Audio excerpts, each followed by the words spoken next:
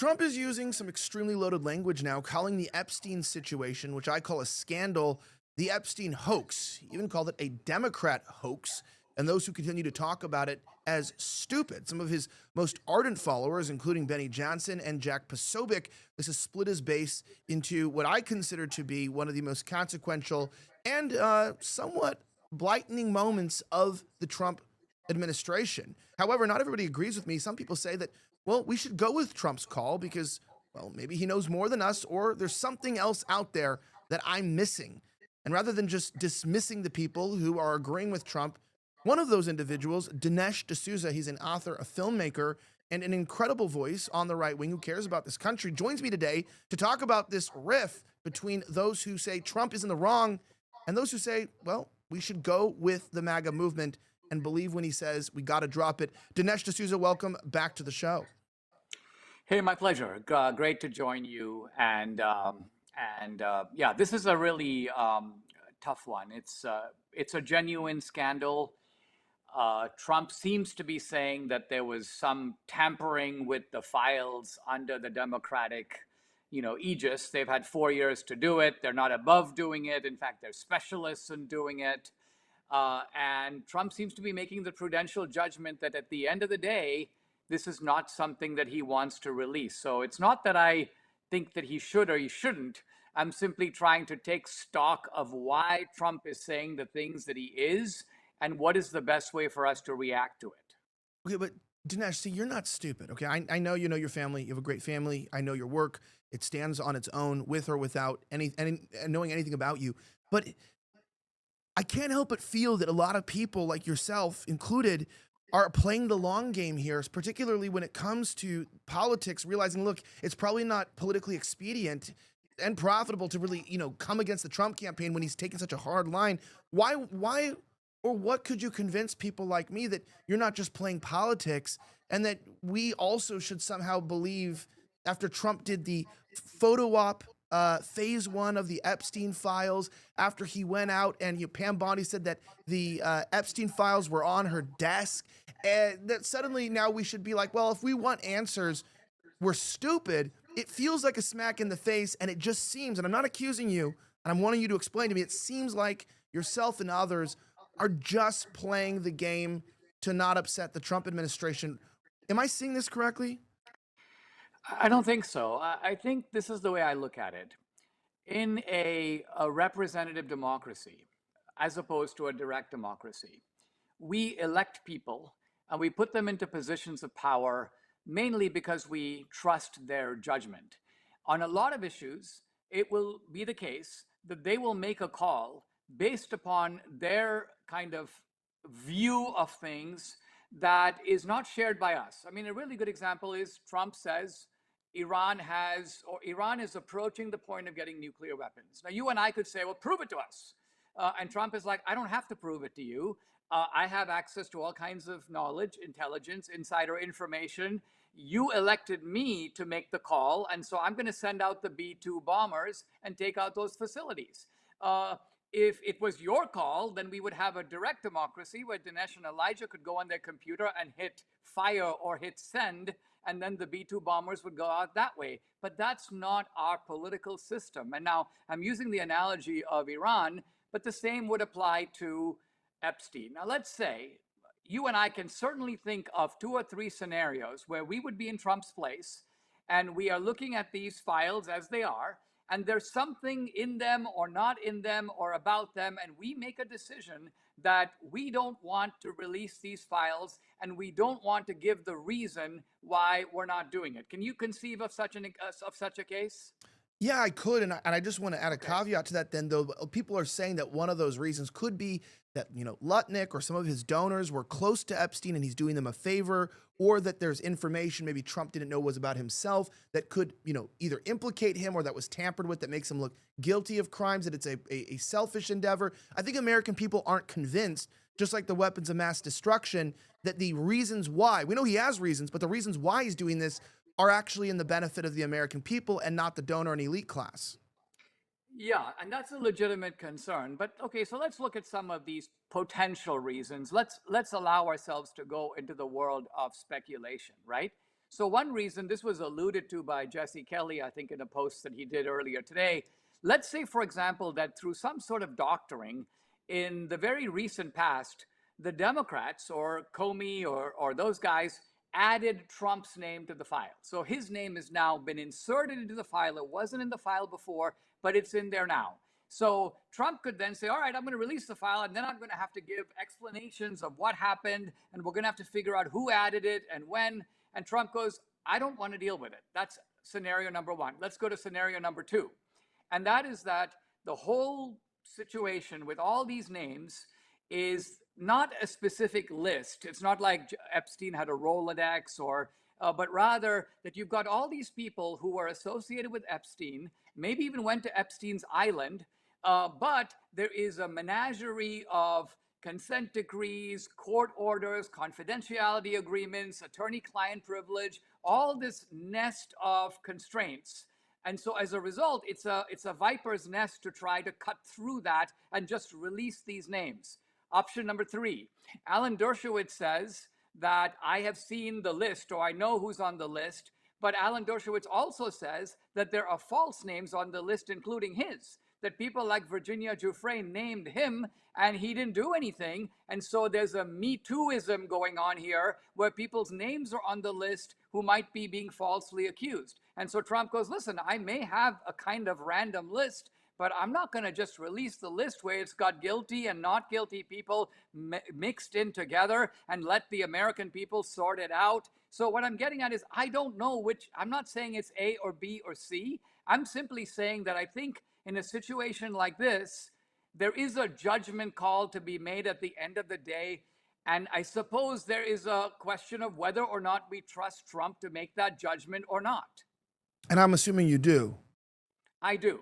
Yeah, I do. And I also do, not only because I make a character assessment of Trump as a great guy, it's not anything like that. I say to myself, the country hangs in the balance, right? We are basically fighting in a vicious battle against people who would destroy us and destroy the country. American politics is fought in teams. I think there is some element of truth to what Trump is saying when he says that there are multiple issues in front of us that require MAGA attention and MAGA involvement.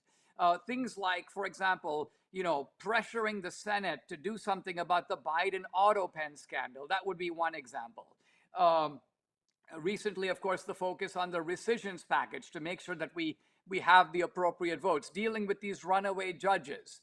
So a little bit of the prudential aspect of politics is to say, hey, listen, is this the time where we want to, because of our legitimate demand for transparency, are we willing to not only weaken our own side by creating an internal fracas, but we're going to give a lifeline to the never Trumpers and the Democrats? These are people like thrashing around in the water. They finally see a long stick, and the stick is called the Epstein case. And we go, no problem. We're going to pull you to the shore and give you all this new political energy because of this issue. So in a sense, we are now uniting with the Democrats against Trump. And I say to myself, how can that be good for our side? Listen, and I'm married, so I completely understand. Sometimes you got to just let things slide. Sometimes it's not about being right. Sometimes it's about peace. It's about harmony. There are other aspects to human communication outside of spurgs on the internet who just demand that everything's done for them, but they offer nothing to the country, nothing to the movement. I totally understand that there is that to consider. But I do bring up what you just mentioned. We trust Trump with Iran. We trust Trump maybe with this as well. Look, with Operation Warp Speed and what we saw during the lockdowns and the way he didn't stand up to Fauci, the way he continued to triple down, quadruple down on the injustice, calling it the greatest, accomplishment possibly in all of history is what I heard him say, of any president ever. Maybe he's right. Maybe we are all hallucinating and we think this is a bad thing, that these injections were harmful, except for my family. Personally, anecdotally, were very much harmed by them. Several of them were. And I had a friend who died as a result. So going forward, though, to Iran, it's like, we hear Tulsi Gabbard, DNI intelligence saying, in fact, that, Iran is not anywhere near these weapons of mass destruction.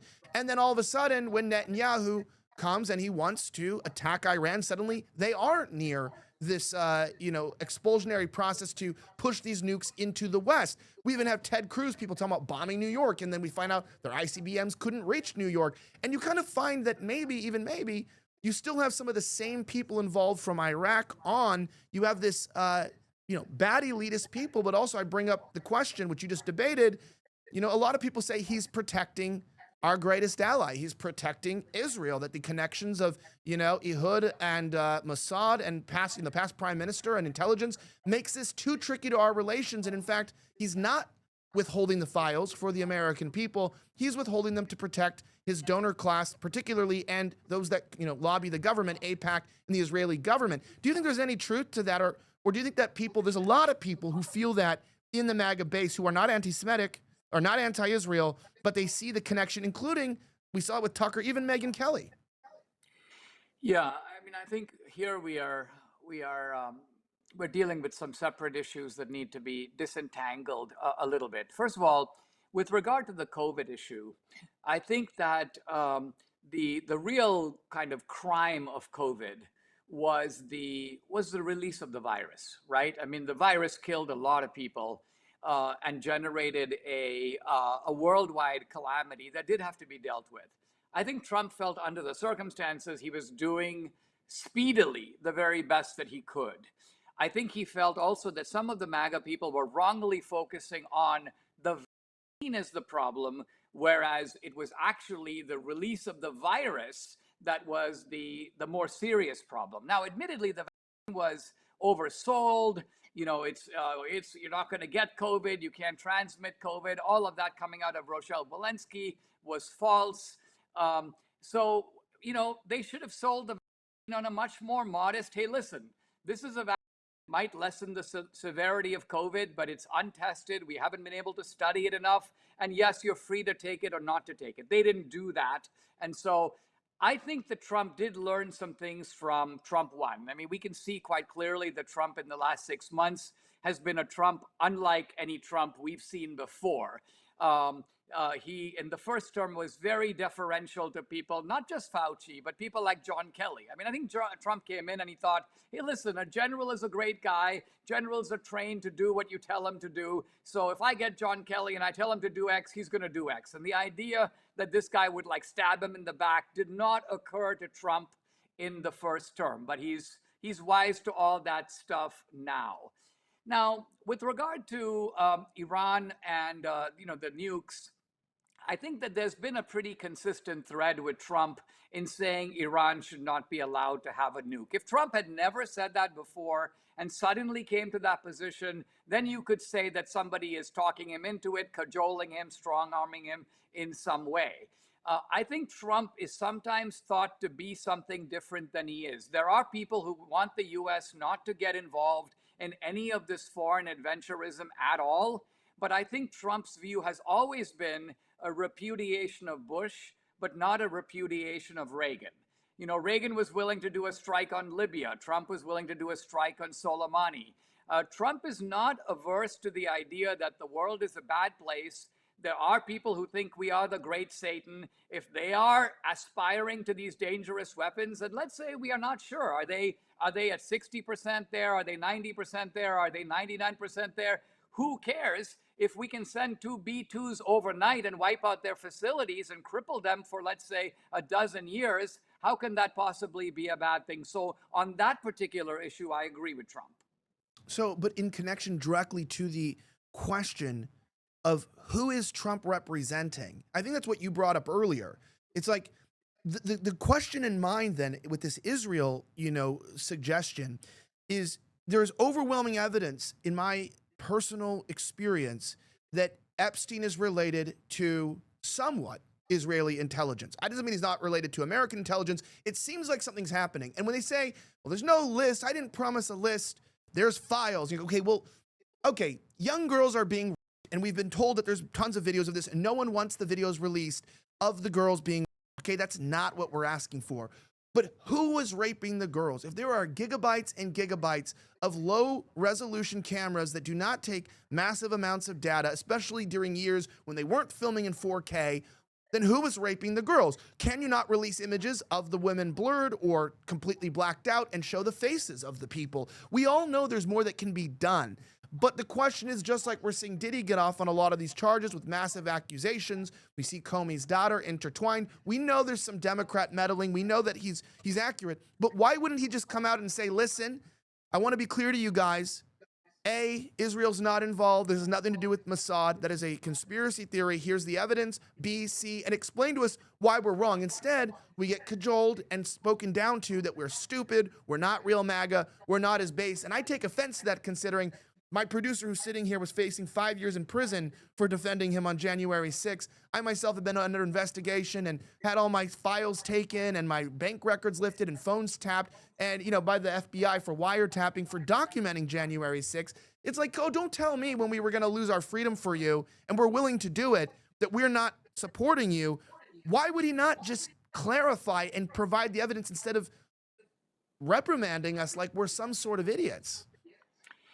Yeah, I can't, I won't defend that. I will just say this, that Elijah, here's the thing, you and I have been around in politics a while, and what we get with Trump is a very unique kind of personality, right? He is a comedian of almost unrivaled like timing and effectiveness, but he is also a belligerent. And by that, I mean, he goes further, not just than any politician or any president, but he goes pretty much further than anyone on social media in the way that he derides people, he attacks people, and especially if his pride is wounded.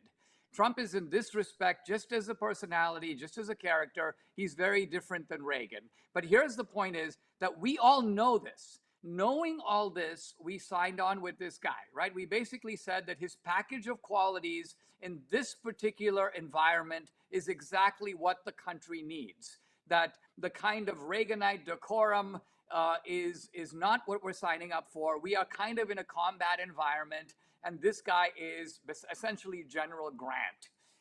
And now what you're saying is, oh my gosh, he's going off on these alcoholic rants. Oh my gosh, he's setting fire to things. He's yelling at his own troops. Well, you signed up for General Grant, I'm sorry to tell you. So I kind of take Trump for what he is, right? And I ask myself this question, what is irritating Trump about this so much? And I think what's irritating Trump so much is that even though you're right, the January 6 guys went to jail, I was in a confinement center, many of us have kind of put ourselves to some degree on the line, but I think Trump thinks, listen, I put myself on the line unlike anybody else. I mean, I was facing 90 plus charges, a lifetime in prison. These people would have destroyed me. They tried to assassinate me. So hasn't this earned me at least a modicum of respect where people can say, all right, I'm going to give this guy a little bit of rope because he has put it all on the line. He's not doing this because he is being manipulated by Netanyahu.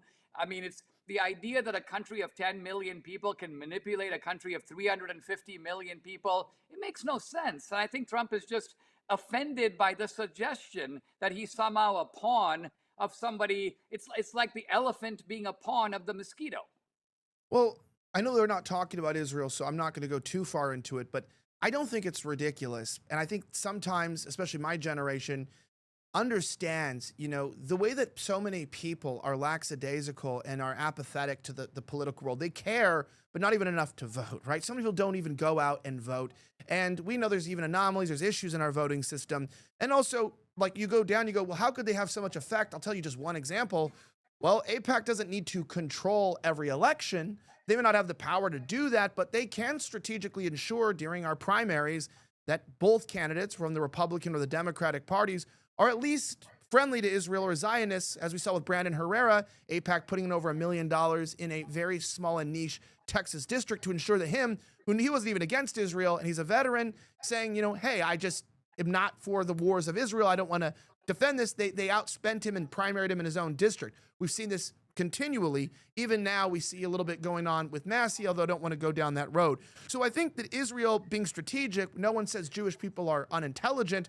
And I think with enough power together over enough decades, there is the ability for an individual, 'cause it's not just 10 million people in a nation. Remember, they have millions of people in our country in the highest echelons, the most influential markets, and the most powerful industries. So if you pair that nation with the influence they have internally, this Fabian class, this class, you could perhaps with dual allegiance not control the whole nation, but you could control aspects of it, things that are beginning to irritate the American public. And I think that's why many people, because of the war going on in Gaza, paired with what people still want to know about 9/11, now with Iran, they start to wonder. And I think most people believe that his number one reason he's doing this is to protect Israeli assets. But I think people are now questioning if it's a bigger issue simply because now he's just, he's calling us names because we want to know. And I think that's the most confusion. And I actually wouldn't disrespect him if he said, listen, for the sake of international peace, politics, and foreign policy, we cannot release this because it'll compromise larger international goals that we have. Unfortunately, we're sorry for the victims, but we have to move on if we want to have global dominance. People die, people get raped in war, and this is a war. I may not like it, but hey, at least be honest. I kind of want to end here. I disagree on the Israel issue, but why wouldn't he just be honest? Why can't he just tell us why? Look, I'm not saying that he shouldn't. I think he should. Trump is Trump. Look, you remember, Elijah, go back to 2016. Trump is a guy who has blasted Bannon. He's blasted, I think he called Glenn Beck dumb as a rock. This is not Trump acting in a new register or a new key. Trump, when he feels that people are going against him, including his own side, he's very capable of lashing out. This is entirely to that degree in character. I just don't think we should pretend to be like surprised by it or even take offense because this is Trump's personality. Okay. Now, with regard to the issue of Israel, I'll just make a very brief thought, and that is, look, the Jews are what, maybe 25 million in the world. The Muslims are 2.5 billion people. Not only that, but countries like Qatar are sitting on essentially a bottomless ocean of resources, oil and money. And you can't say that they aren't buying giant amounts of influence. In fact, if AIPAC was so powerful, why couldn't they keep the Democratic Party in line? Qatar has basically bought off a large chunk of the Democratic Party. People like Ilhan Omar and so on, who were once on the very margins of the party, are now front and center. And some of the Jewish congressmen in the Democratic Party have to run for cover because suddenly the jihadis are more in control. So all I'm saying, I'm not denying that there's foreign influence. I'm just saying there's foreign influence coming from different directions. And there's also domestic influence. I mean, if you're saying Israel can buy off congressmen, what about the pharmaceutical industry? What about the food industry? What about the construction and real estate industries? So what I'm getting at is we have a bad system that incentivizes our politicians to take money from lobbyists instead of the $50 and $100 checks that they get from their own district. This is not really a corruption of the Jews. It's a corruption of our system. Right, but I mean, in retrospect to just this one issue, I actually agree with you, and you might even find a lot of Jewish people maybe even leading some of these industries in the food sector and the pharmaceutical sector. That doesn't mean that they're connected then to a Jewish lobby that's influencing foreign policy, and I'm not making that claim, right? It's not inherently because you're Jewish, you have dual allegiance, but many suggest that. But I do think that there is an allegiance that Jewish people have to their homeland, to their country. But when we're talking about this issue, I'm not talking about dual citizen Jews that run, Moderna or whatever out there. I'm talking about particularly the fact that this was a blackmail ring. And I'm under the impression too, at the level that we are doubling down on this and now calling it a hoax, it makes me continue to, and I'm not alone on this. I'm not uneducated. I don't think Tucker's uneducated. I don't think Megyn Kelly's uneducated. I think a lot of people who I'm even surprised about, including it was Charlie, although he just jumped ship, we're going, dude, this is too suspicious. Matt Walsh, one of them as well, who is in a pro-Zionist network. These are not anti-Israel. These are not anti-Jewish individuals going, something is wrong. And it might be, maybe it's what everyone said. They're blackmailed. And to be quite honest, if I was caught raping a child as well on camera, I'd be pretty damn vehement to make sure that there's nothing released. And I might say, I'm so loyal to the boys, maybe just maybe if I was a little more corrupt than I am now, had a little more to lose, or maybe I was threatened to be killed. If they threatened to kill my kids, I might also, not be willing to sacrifice the blood of my own children to just put a couple criminals behind iron bars. I get it. We're human beings. But I want to end with this, Dinesh. I cannot get behind personally, whether we disagree on why, because we don't know. We are conjecturing based upon the evidence we see. And you're not even dismissive that it could be Israeli blackmail. You're not even saying that could be one of the reasons. Who knows? The issue is like, the only reason I see to drop this and to get behind Trump is not to be America first. It's not to make America great again. It's to ensure my place as a lobbyist with the GOP, or my place to run for politics, or my place to continue to tap into the GOP donor class, since Laura Trump is now running the RNC. I don't see it to be beneficial to my people, to the constituency of this country, and to the real right wing, to the nationalist class of people who want life, liberty, the pursuit of happiness to return, including your own, son-in-law, who's fantastic, by the way, really crushing it out there. I'm very, very proud of him. I just don't see anybody falling in line unless, like the blackmail ring, get in line or you're out of the club. What's your final thoughts? Yeah, when I first made the comment about Epstein, and I did use the phrase move on, what I didn't mean that there's nothing here or it's not a scandal. I don't believe Epstein killed himself. And obviously, he ran a ring where he drew in all these very powerful people. Now, was he running a prostitution, ring, collecting money? I don't know about that. But it is clear that he was running an influence ring. And so, yes, there is information there that I want to know. I think that something terrible occurred, and I think people should be held accountable. And you cannot have all these women who were abused without someone who was abusing them. There's really no disagreement about any of that. I think that the issue is really, at this point, somewhat different, and that is, what is the information that we can reasonably expect to be released? Are we willing on this issue to sort of break with Trump? Are we willing to give up the gains of MAGA and basically bring the MAGA transformation to a grinding halt? Because essentially we've reached a point of no negotiation or no return with Trump. In other words, are we essentially saying that this issue is so important to us that we would let the country go off the precipice with us and with Trump in it, because we're not getting our way in it? And I understand the passion behind it, but it seems to me that is a suicidally foolish course of action. And I don't have any dog in the fight. My reputation was built long before Trump. I'm not sidling up to Trump. You won't see me hanging around Mar-a-Lago. I don't seek any appointments. I haven't gotten any phone calls. I'm just calling it based upon really a lifetime of having watched American politics, and sometimes recognizing that even if there are legitimate demands that are made by a populist movement, you're going to have a leader, be it a Reagan or be it a Trump, who's not going to meet them. You know what?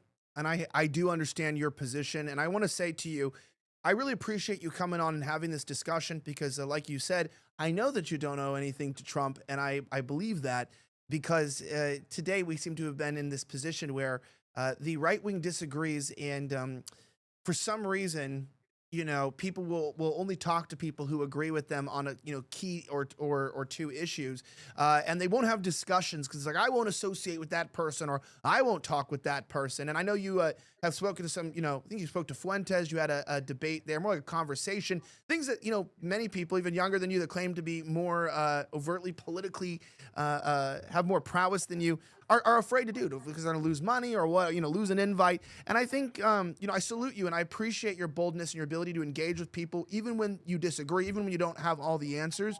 I think, you're a testimony to what the American values of free discourse and a political banter really, really were meant for in this nation. As an imperfect man myself, I know you're not perfect. I know you haven't gotten it all right in life, and you never will. But for the most part, I just want to say to the audience, if you want to check out Dinesh, he does make some incredible films. Whether you agree with him in this conversation or you disagree with him, he's done amazing work, especially with election integrity. A lot going on with past presidential primaries and what was going on in the elections in general. Things going on with Hillary. And Dinesh, you're also an author of several books. If people want to keep up with you and they want to track with you on social media, buy your books, what's the best place that they can connect?